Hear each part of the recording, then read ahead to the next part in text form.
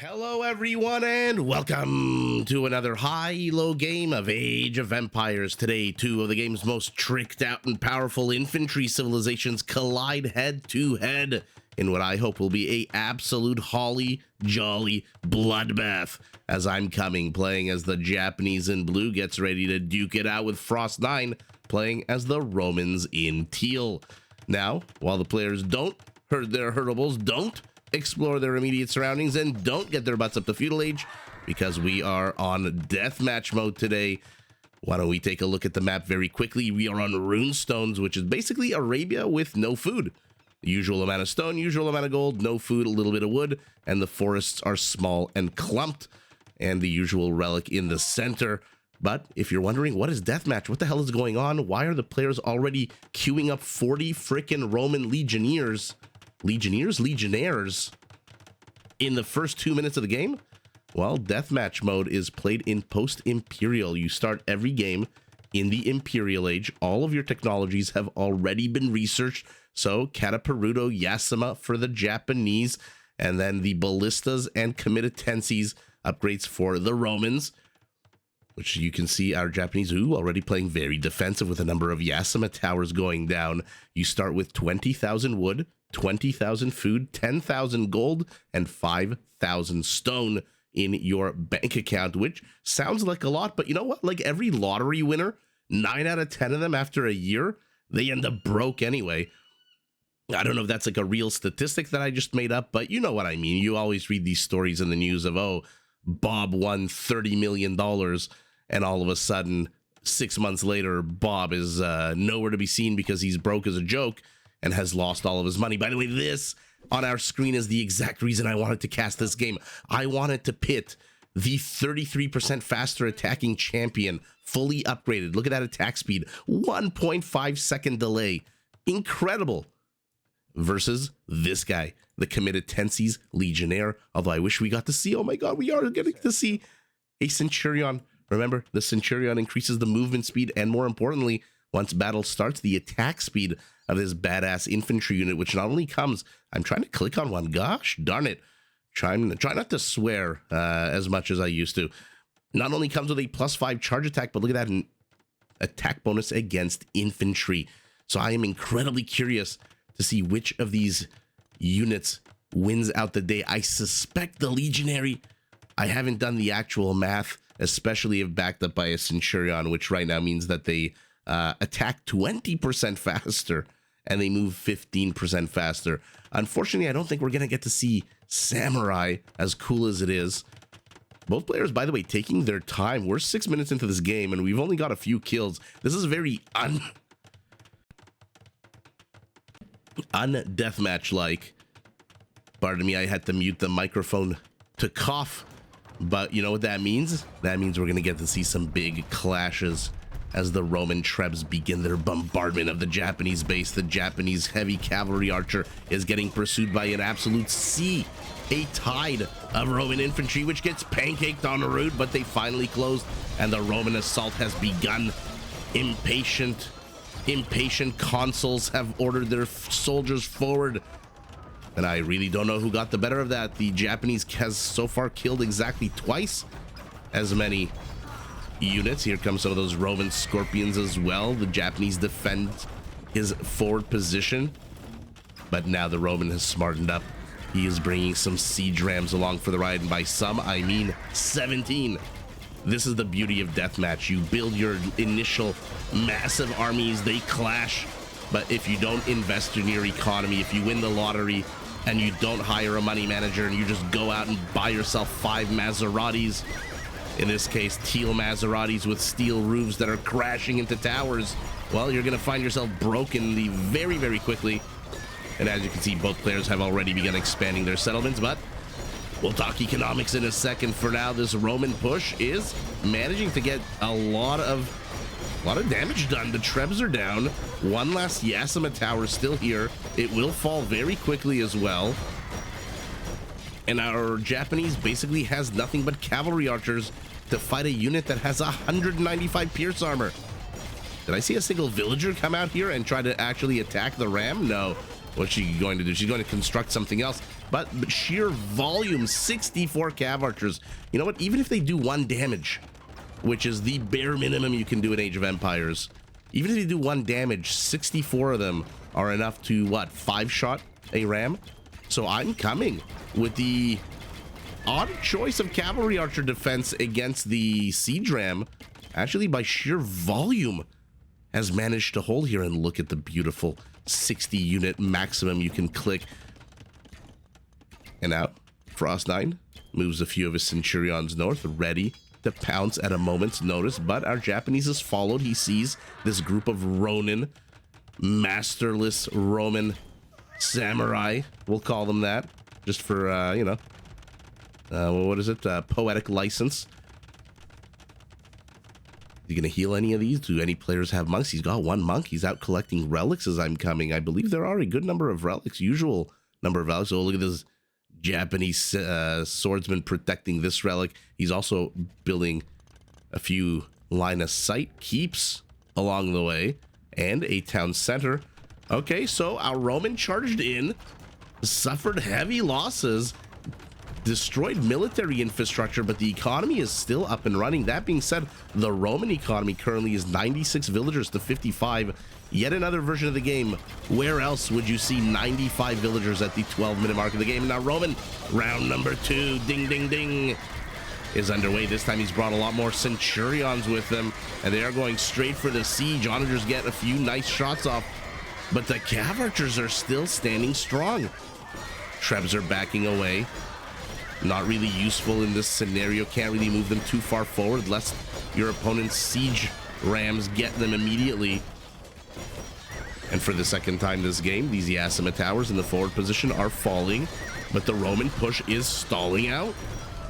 I love that a good few Centurions are here pushing back this entire cav archer force. A cav archer force which has been decimated to half of its number. It's only 36. It used to be 64. So not exactly half, but again, poetic license. We're not here for a standard of perfection. If you've watched this channel, you know there's no such thing as a standard of perfection. I make about 3 dozen mistakes with every live stream, with every video, with every short. And it looks like our Roman has discovered this little, let's call it proxy tower. Not too sure why there's a town center here. There's no real patch of resources nearby that's safely mineable from that TC. But maybe you just wanted to start pumping out villagers. So this is what I was talking about earlier on. It seems like a very basic sort of, oh, this is too simple for me to enjoy. What do you mean you start with 55,000 resources? How can that be fun? You build your big old army, you clash it, you win. Yeah, but so does your opponent, number one. And in this game, one opponent chose heavy to play defense, while the other chose heavy to play offense, which is amazing. Let's not discount that. But more importantly, once those initial pushes, and we've already seen 2 pushes out of our Roman, kill counts are not too dissimilar, 284 to 250. You better have an economy to back that thing up, because otherwise you're just going to lose to the counter push. And when the counter push involves freaking Cataperuto Trebs that pack and unpack faster than I can pardon me, oh my god, I apologize, I didn't mean to swear, faster than I can finish that sentence, you are going to die unless you have the economy to train a whole bunch more Centurions. Although I'm saddened that our Roman has ceased training of legionaries. Okay, 1 high ground Treb for the Roman. Another tower. I mean, the Japanese with Yasima and with Cataperuto, they can push like nobody's business. And right now, Frost9 is on the very beginning receiving end of that, but a few Centurions. Oh, a little bit of ass play as the Trebs all get attacked from behind. One survives. I said I wouldn't swear, and already I've said the F word. Now I'm talking about ass play. And on Christmas of all days. Well, I do apologize. I tried to keep it PG, whatever it is, PG-8. But to thine own self be true, and down goes the last of the Cataperuto Trebs. As good as that upgrade is, does not give you any additional boost to accuracy, but in come the samurai, well, the infantry for the Japanese. It must suck to be a Japanese champion and not be called a samurai. You're basically a samurai at this point, walking around with that massive broadsword. Although, I guess samurai don't really use broadswords. And now he's going to catch a few villagers. He's already got one notch on his belt, not a vill, but now he finally does. 57 villagers killed by our Roman. Our Japanese has only managed to kill 9, but that's to be expected, as it is our Roman who now for the 3rd time is pressing into here. So, 20 minutes into the game, we're sitting at about 700 kills, and I have gotten the holly jolly bloodbath that I wanted. And even more scorpions are coming, but a very interesting move to bring scorpions when you know your opponent is pumping out onagers. Micro and positioning here, about as important as they are in Feudal Age. In Feudal Age, you want to micro, you want to position your units, you want to make sure they run around counter units, whereas here, because everyone is roided out and all the upgrades have been researched and the units are about as powerful as they're ever going to be, you want to micro them for a different reason. It looks like Frost9 is rear-ending the economy now, attacking into multiple town centers. We'll keep an eye on that in picture.